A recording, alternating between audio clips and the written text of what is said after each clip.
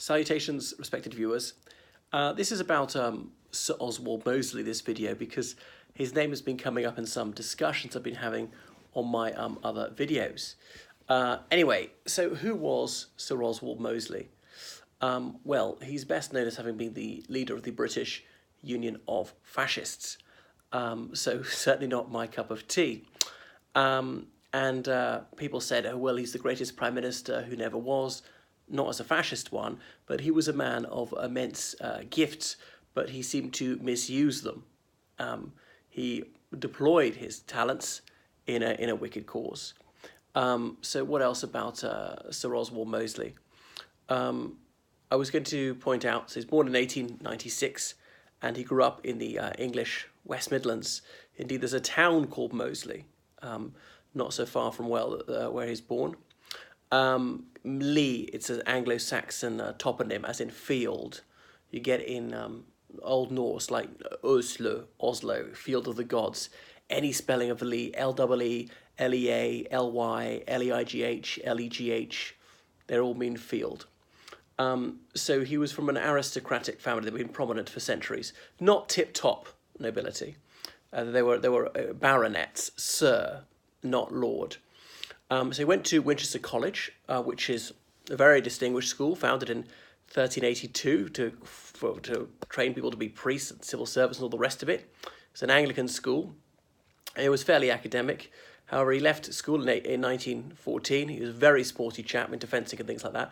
Always physically fit, always bolt upright, standing ramrod straight into his 70s. He went to Sandhurst, that's the Royal Military Academy, to do a 2-year course to be an army officer. So a career for which he was very well suited. Anyway, and he said they used to go off to the Empire Music Hall in London and then come home absolutely exhausted and were more or less put to bed by the sergeants who training them, who next day would be fulminating at them full of expletives and things like that. But he was only partway through the course when the First World War broke out, so no more time for training. It commissioned straight away and into the trenches and fighting the trenches. Now, even his most implacable foes, and he had plenty of them, would have to admit that he was gallant in that sense. He was unafraid of death. He was almost suicidally brave, so almost seemed to court danger. Did he have something to prove? And then he joined the Royal Flying Corps. It wasn't the Royal Air Force until April 1914. It was the Royal Flying Corps, part of the army at first. And he was a pilot. They were seen as knights of the air, somehow different, nobler. It was more like chivalrous fighting from the Middle Ages, one-on-one combat, rather than the banal horror of the trenches, slogging it out with artillery and things like that, just being machine-gunned in the mud. But he was wounded sometimes in the First World War. I wonder whether he had a blow to the head, because he was clearly a bit maniacal. He was a bit like... you just see his facial expression and so on, which is not to say that he lost his reason, well, his intelligence, but he seemed to be a bit malevolently nuts. Anyway, he was asked to stand for Parliament. He agreed to do so. There was that election, 14th of December 1918, was polling day. Very first time that there was one polling day throughout the United Kingdom, previously been staggered. Anyway, he was elected for Harrow in London as a Conservative, but he emphasised he was there to represent the hard-faced young men of 1918, the war generation, not really a political party, despite being nominally a Conservative. He spoke out even then for the deportation of aliens, and he made a name for himself as a fabulous orator, and saying that more needed to be done for ex-servicemen and to really tackle unemployment. This time in Ireland, an insurgency started. The Irish Republican Army, IRA, was fighting against the Crown forces to try and break the whole of Ireland away from the United Kingdom and form a completely separate sovereign state. And the IRA had a fair degree of success. Anyway, the Crown forces were obviously performing their counterinsurgent duties, fighting the IRA, searching civilian houses. They couldn't tell friend from foe because the IRA did not oblige them by wearing uniforms, and the counterinsurgent forces grew frustrated, were not courteous about searching people's houses, things like that. Sometimes if people were killed in ambushes, the Crown forces would assume, well, the local people must have been in cahoots with the insurgents, so we're just going to burn down some houses. Not with the people in them. The people in them were allowed to get out first. So Mosley spoke out against this in Parliament, said this was appalling behaviour from the Crown forces, and inevitably there was some misconduct, as there is in any conflict, but particularly in an irregular conflict, and indeed some civilians were deliberately killed by members of the Crown forces. So that was him till 1922. Then he joined the Labour Party. He crossed the floor, and he married Lord Curzon's daughter, former Viceroy of India, very prominent Conservative politician who could easily have been Prime Minister. And this woman was a quarter Jewish. I'm not sure if Mosley was even aware of that, but he was a rising star of the Labour Party, who were in government for the first time 1923 to 24. And he was very well known. He later became Chancellor of the Duchy of Lancaster in the cabinet, and more or less a non-job. He had a very radical plan to get rid of unemployment, because unemployment was stubbornly high in the 1920s. The slump, as they call it, just didn't return to pre-war prosperity. So many men demobilised from the army about 1920, and not enough jobs were coming on for them. The government was struggling with the national debt. There were so many widows and orphans, so many disabled ex-soldiers and sailors, and capitalism wasn't seemed to be successful. And then he saw what would happen in Italy, where Mussolini and his fascist party had seized power in 1922 and reduced unemployment and had a very united country because they'd suppressed freedom of expression and fair elections and things like that. But there were some major infrastructure projects going on, and Mosley thought this was the way forward. So there were a number of fascist groups in the 1920s in the United Kingdom, and the word fascist wasn't as opprobrious in the early 20s as it was later on, as it is now. People didn't really understand what it is. As an ideology, it was in its infancy, and there was certainly a racist aspect to it. Racism was quite widespread at the time, so the fascists were not unique in that regard. And the Italian fascists, to begin with, were not especially racist. They later became so, and yes, it's true that Mussolini most certainly authorised atrocities in Libya and Abyssinia. Anyway, so he was a bit of a glory boy, Mosley, and he grew deeply frustrated that the Labour Party was not taking on board his very drastic plans to eliminate unemployment, and he thought that parliamentarianism was grandmotherly, was just feeble, it was just a useless talking shop full of hot air, all talk and no action. So he split away, he formed the New Party, and it was Nye Bevan almost joined it, a Labour politician. Helmut Miller, the Conservative future Prime Minister, was said to be interested. They didn't in the end. So it was all about being new and youthful and vigorous and doing a lot of physical exercise. And he had no time for card players or time wasters, as he wrote in his autobiography. It's imaginatively entitled My Life. He was part of his virility, I suppose. He was a notorious womanizer, seemed to suffer from satyriasis. But then his first wife died of some minor illness, which suddenly got dramatically worse. He married again, Simi, who was much older than her, had more children with her.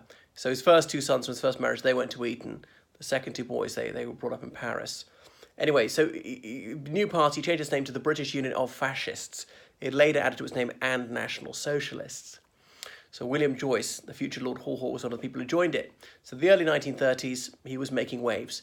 Remember, 1929, the Great Depression struck. There was mass unemployment. Unemployment in the United Kingdom was never below 10% in the 20s. It shot up to 25%. And in some regions, there were real black spots. It was up to 50% in some towns like Jarrow. So the smokestack industries were hit very hard indeed. People were desperate and they were despairing. And he seemed to offer them a solution to all their ills. At a stroke, he could get rid of that. And who gives a damn about the right to vote or freedom of expression if you're hungry? And saying, look at these totalitarian societies, that's the way forward, that solves problems. We must have an executive which has got dramatic power, the ability to take immediate decisions, make far-reaching change, do what is necessary to resolve our problems and stop tinkering. That's what he felt that the mainstream parties, the old parties, were like. So he was stridently anti-communist. The Daily Mail said hurrah for the black shirts because the BUF, they wore black shirts like the Italian fascists. They had that straight arm salute, things like that. His newspaper was called Action. That's what all is about. They had a ring as their symbol for eternity, unity, and then a lightning bolt through the middle because it's all about energy and decisiveness. So the Communist Party detested them, and the BUF were virulently anti-communists, despite admiring elements of their ideology of state control, of suppressing dissent, of not having fair elections. And by this stage, Mosley was indulging in viciously anti-Semitic rhetoric. The Jewish community then in the United Kingdom was larger than it is now because Israel didn't exist. So the BUF was a largely urban phenomenon. It was quite big in London, Manchester, Birmingham, not many other places, some of the economically depressed towns in north east England. So he'd march to Jewish areas, and some of his speakers would vituperate the Jewish community, and there was no law against hate speech back then. People could incite hatred in the foulest possible language, and it was not a crime. Anyway, they didn't even contest the 1935 election, but they held these monster meetings, these rallies, which were all about regimentation, wearing black shirts. The communists would try and disrupt them. These people would be dragged out and beaten up by the stewards and so on. Famously, there was a battle of Cable Street in 1937, if memory serves, when he wanted to march from Hyde Park to Cable Street in the East End, but there was a huge communist demonstration fighting the police, and the police persuaded Mosley to call it off. Now, Mosley's views were detestable, but people have the right to freedom of expression, and that includes Mosley. He was not proposing to commit a crime, but many of his opponents were. Many communists, many Labour Party members, and other trades unionists were preventing him from speaking. It'd be wrong to prevent the Labour Party or the communists from putting forth their message, and the same must apply to Mosley in fairness. If you want him, ban him, well, that's different, fine. Then the Public Order Act was banned, which outlawed the wearing of uniforms by political parties, so his party couldn't do that anymore. So, despite having been, very combative in the First World War and always up for a fist fight afterwards, he was then very anti-war in the late 1930s. He foresaw the possibility of a war against Germany. He felt that would be a terrible pity and that millions of people would die. Plus, he had more than a little admiration for Nazis. It was blatant where his sympathies lay. So he cranked up his anti-war campaign. And his slogan was, "Who the heck would die for Beck?" Colonel Joseph Beck being the Polish foreign minister, pointing out that most British people couldn't find Poland on a map. Why should they care what Poland ever done for us? So there was a resurgence of interest in the BUF, but they never had a single seat in Parliament. They had a few local council seats. Anyway, the Second World War, and he wasn't even interned. But then 1940, Churchill became Prime Minister in coalition with Labour, and they insisted that Section 18B of the Defence of the Realms Act be invoked, and that Mosley and his wife be interned as a threat to public order. His wife had only just given birth. So first of all, Mosley had to share a cell with a black prisoner, and people thought this was hilarious because they thought, as a racialist, he would find this deeply discomforting. But he said, "No, I'm not anti-black at all, and this gentleman and I, we got on decidedly well." But later, he and his wife were given a cottage in the grounds of the prison. They were even allowed to hire some of the other prisoners as servants. One thing is, if he really cared about the needy as a socialist, why didn't he give away his wealth, give away his stately home? This was deeply hypocritical about them. And he'd been banned from the BBC by the late 30s, so they couldn't get their message across. Remember, BBC was the only radio station in the country, and a television channel, though virtually nobody had a television until after the Second World War. So in 1944, the danger had passed as he was released.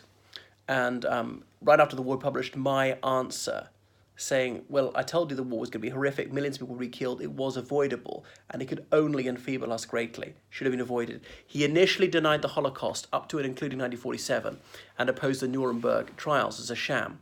By the 60s, he acknowledged the Holocaust did happen, and he cited the figure of 6 million Jews who had been murdered. So he was not permitted a passport in the late 1940s. I'm not quite sure why, but he could travel to Southern Ireland without one. So he and his wife resided there, first of all in Fermoy, later in Galway. Finally, they granted their passports back and they were able to go to France. So a bit ironic for someone who's anti-immigrant to live in Paris. And he was a near neighbour of the Duke of Windsor, and they socialised regularly. But in the 50s, there was considerable Commonwealth immigration. He returned to the United Kingdom to campaign against that, the Kensington North by-election. So certainly his party engaged in race baiting, in really blackguarding the black community in the most disgusting fashion. However, he was defeated a few times. When whenever he tried to speak Trafalgar Square elsewhere, huge numbers of Labour supporters and communists would turn up to howl him down, throw coins at him, and it was just impractical. There were a few public halls where he was able to speak. So that was that. After the early 60s, he retired to Paris, lived out the remainder of his life there, dying in 1981 when his remains were cremated.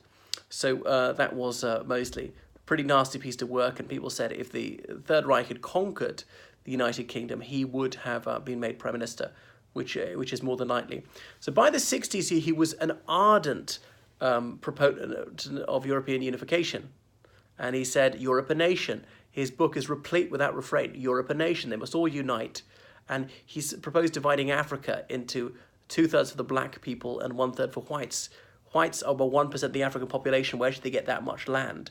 And so on. So there we are. He wanted races to be kept separate, which is preposterous. Thought we couldn't live in peace. Well, clearly we could. The man had a racial fixation, and a very pernicious one at that. So he is not missed.